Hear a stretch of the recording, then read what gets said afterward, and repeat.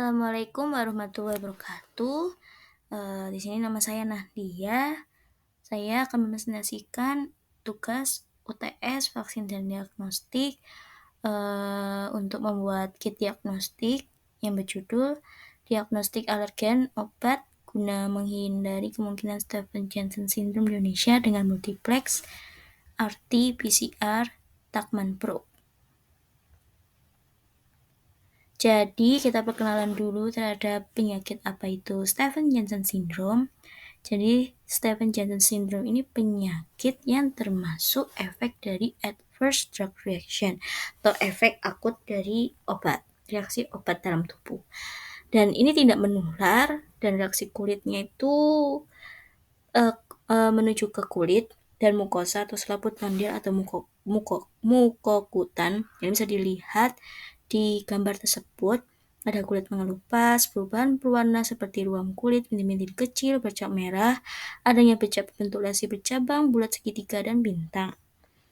Dan umumnya Stevens-Johnson Syndrome ini disebabkan oleh obat karena sebagian besarnya itu sekitar 50-80%.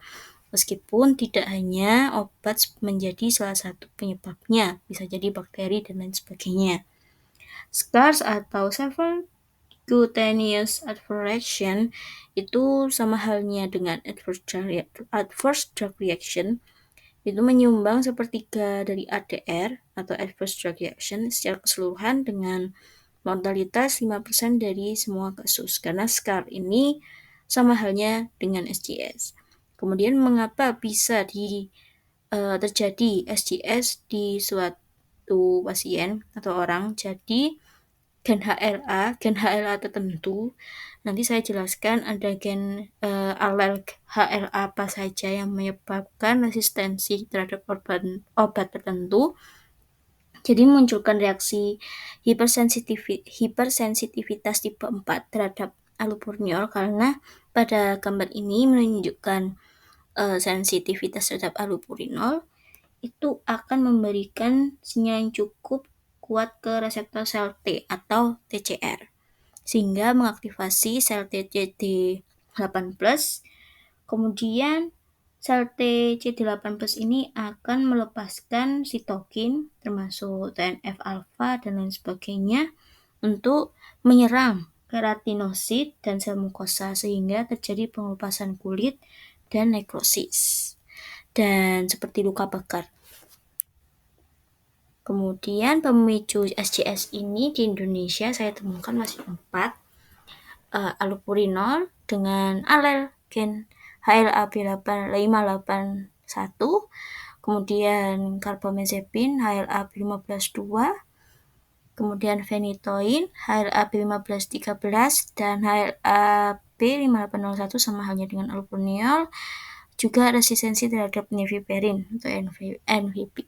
Jadi allopurinol ini banyak di Indonesia, juga di belahan dunia lain, karena dia itu digunakan untuk penderita asam urat, untuk menghambat produksi asam urat sehingga kadar asam uratnya itu normal dalam tubuh.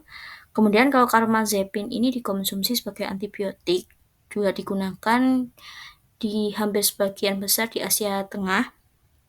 Kemudian phenytoin ini digunakan untuk konsumsi pasien epilepsi yang memiliki cedera kepala akut. Kemudian NVP ini terkandung dalam obat ART pada yang biasanya dikonsumsi oleh pasien HIV. Kemudian untuk kasus SJS berdasarkan alergen HLA-B-nya itu yang HLA-B5801 terjadi di 2 pasien pria 63 dan 43 tahun etnis Jawa di rumah sakit di Yogyakarta, memiliki ciri kulit yang terkelupas, aritmia, erupsi kulit, bibir, dan genital, dan hampir di seluruh tubuhnya itu hampir 30%, dan terdapat tanda Nikolsi positif atau tanda-tanda pada SJS, dan konsumsi allopurinolnya itu 200 mg per hari, yang satunya selama 2 bulan dan yang satunya selama 1 bulan, kemudian baru muncul tanda-tanda SJS. Kemudian untuk HLA-B1502 ini terjadi di 5 rumah sakit di Jakarta Diteliti pada 105 pasien SJS dengan 22 pasien tersebut memiliki HLA-B 1502 atau sekitar 36% dari 105 pasien. Dan hasilnya sensitif terhadap karbamazepin sehingga menyebabkan SJS.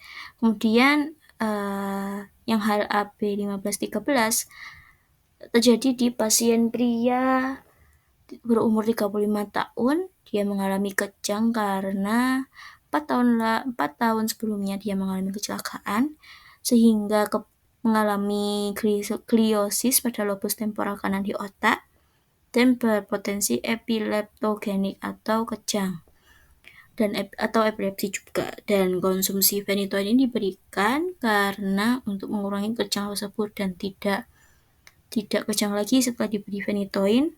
Dan setelah 45 hari konsumsi terjadi adanya demam, ruam kemerahan pada kulit dan pengelupasan kulit. Kemudian untuk HLA-B 5801 lagi dan HLA-B 58, namun saya beranggapan 5801 ini terjadi di Yogyakarta. Diteliti 152 pasiennya dan 52 pasiennya alergi NVP dan 7%-nya memiliki SJS. Kemudian untuk persentase alelnya, untuk yang 5801 ini yang terhadap allopurinol itu terjadi di Vietnam, Thailand, dan 6% suku Jawa. Untuk HLA-B 1502 yang sensitif terhadap karbamazepin itu ada Taiwan, Malaysia, dan 11% suku Jawa dan Sunda. Untuk HLA-B 1513 yang sensitif terhadap phenytoin ada di Malaysia 21,6% di Jawa Barat.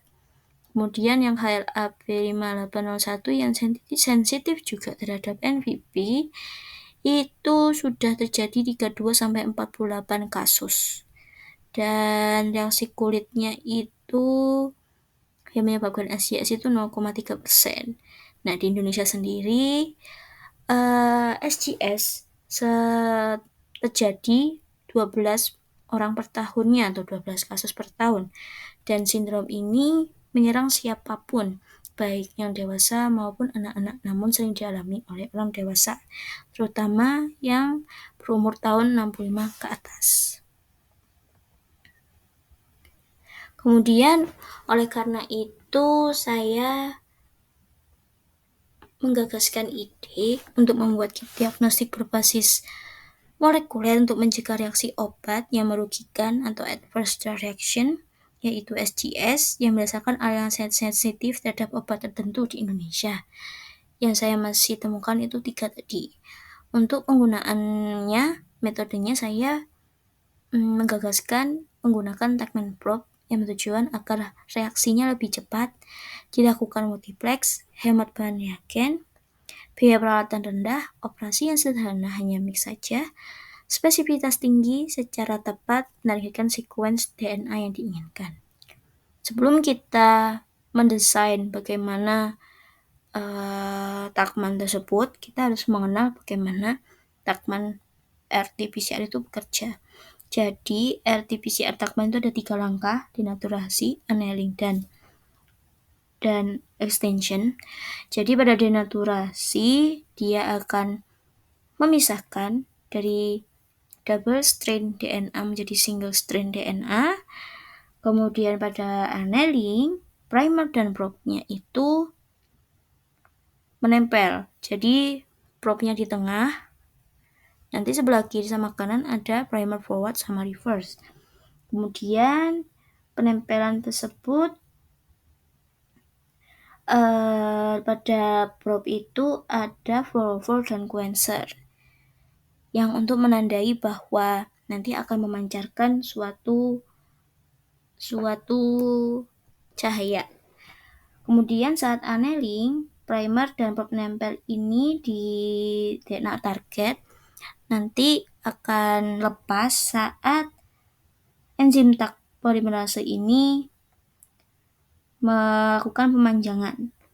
Jadi karena aktivitas 5 absen. Ketiga absen eksonuklease dengan enzim Tak polimerase, maka prop padanya itu ada quencher sama reporter atau Fluorophoridase. Kemudian saat melepas dia akan memancarkan sesuai dari warna reporternya atau fluorofornya. Kemudian dihasilkan dari yang bawah ini ada CT, ada berapa cycle, kemudian akan beramplifikasi di cycle keberapa, begitu. Kemudian untuk metode desainnya yang pertama mengambil gDNA dari alel-alel tadi yang 3 itu, yang 1513, 1902, dan 5801 itu dari database ada di IPDHLA, dan mengambil ACTB sebagai kontrol internal akan mengetahui apakah benar memang teramplifikasi. Kemudian setelah saya alignment dengan Megat, sedikit sekali bagian-bagian yang berbeda dan lebih banyak yang converse dan sama gitu. Jadi saya berpikir untuk bahwa primer forward dan reverse serta probnya ini antar alel tidak boleh sama agar tidak ada overlapping. Jadi daerah kesekian misalnya yang HLA B1502 nukleotida urutan ke 1 sampai 10. Kalau HLA B1513-nya itu sampai 11 sampai 20 begitu, tapi tidak mungkin sesederhana itu. Begitu. Kemudian setelah itu desain primer dan probe saya mencari-cari dari jurnalnya. Desain primernya itu bisa pakai primer Premiere 5 software. Kemudian desain probe-nya pakai Oligo 7 software. Kemudian saya mencari-cari multiplex RT-PCR dengan Techman probe. Yang paling bagus itu memakai maksimal 4 probe untuk deteksi genotype, karena ini nanti genotype.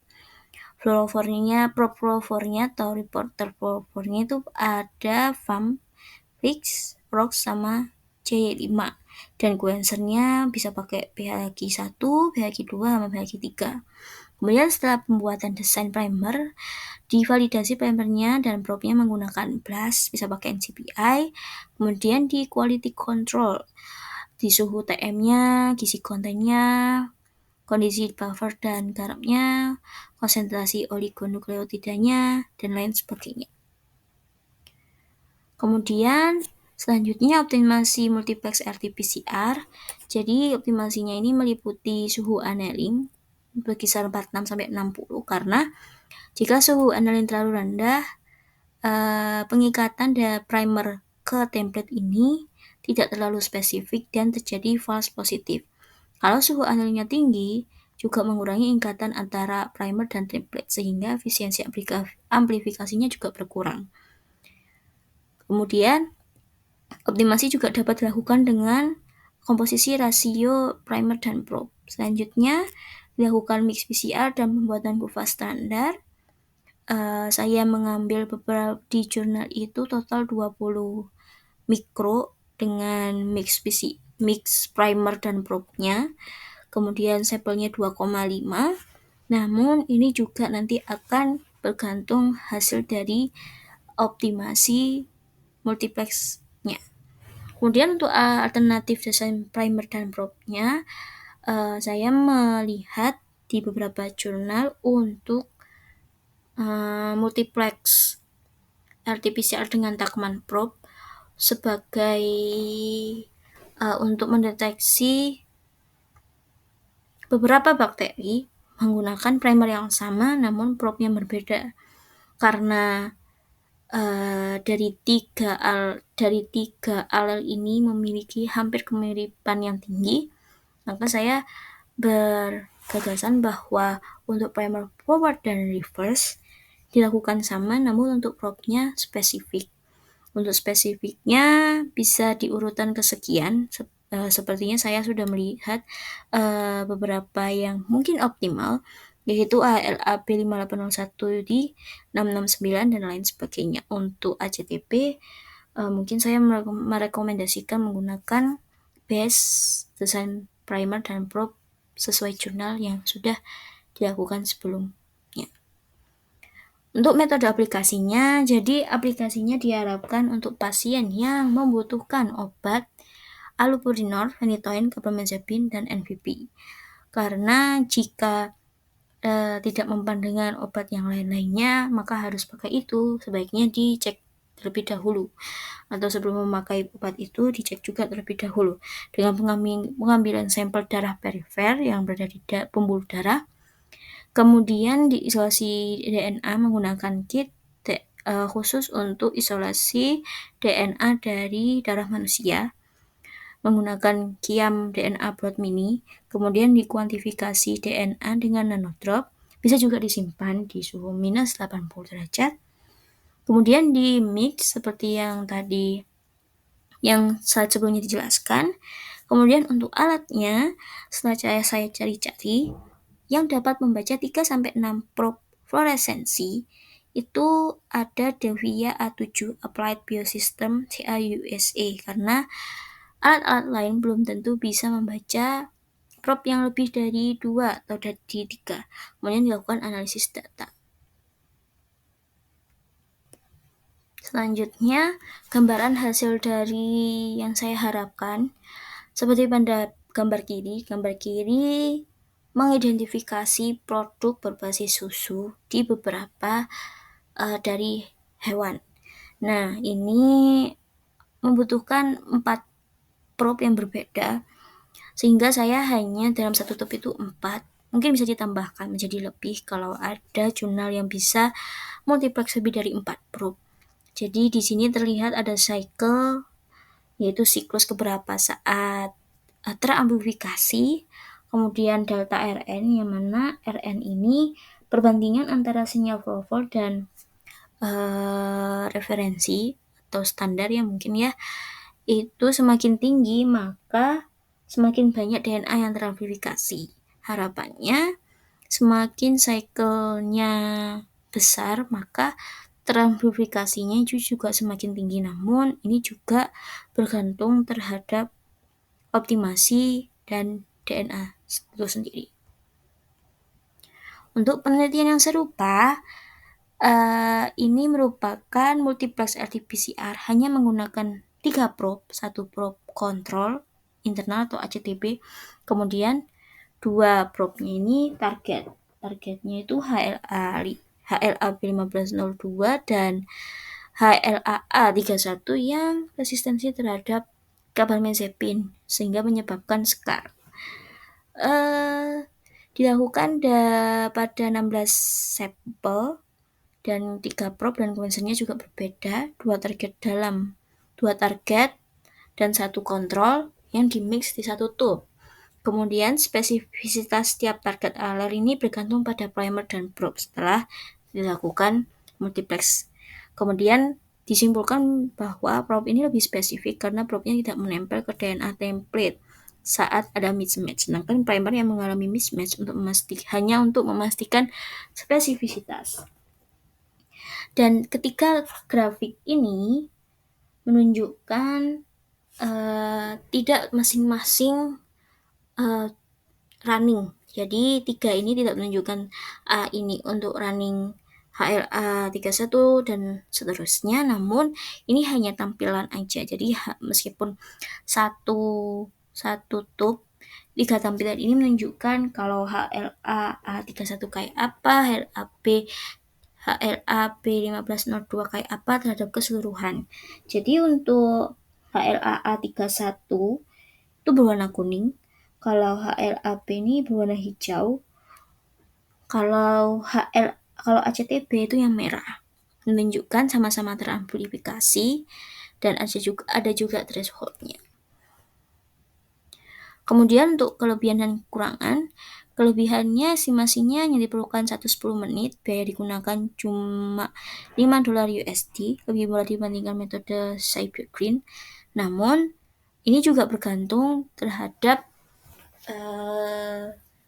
mixnya. Karena $5 ini saya ambil dari jurnal yang menggunakan hanya 3 probe saja, yaitu penelitian yang tadi saya tunjukkan.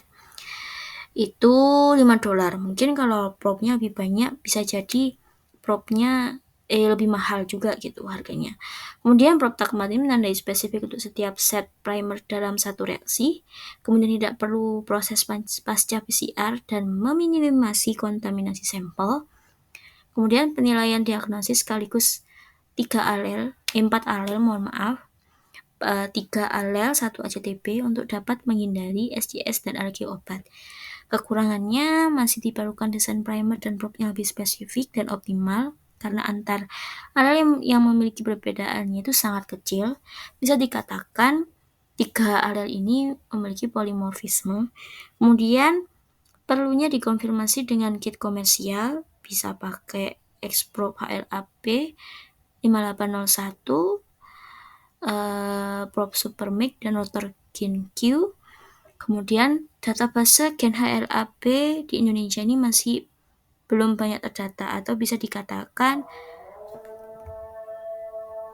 masih belum banyak terdata gitu untuk database gen HLA-P, dan untuk alel tertentu yang menyebabkan SJS di Indonesia itu juga belum banyak begitu. Kemudian perlunya dikonfirmasi dengan sequencing setelah RT-PCR ini, kemudian membutuhkan izin etik karena penggunaan sampel manusia. Diverifikasi juga dengan metode cytokine, tentunya dengan primer dan probe yang berbeda. Kemudian memerlukan optimasi, evaluasi, dan validasi yang lebih komprehensif atau lebih rumit, karena beberapa kasus Takman dengan 2 probe memerlukan optimasi yang lebih rumit dibandingkan Takman dengan, itu ada typo, dengan 1 probe begitu.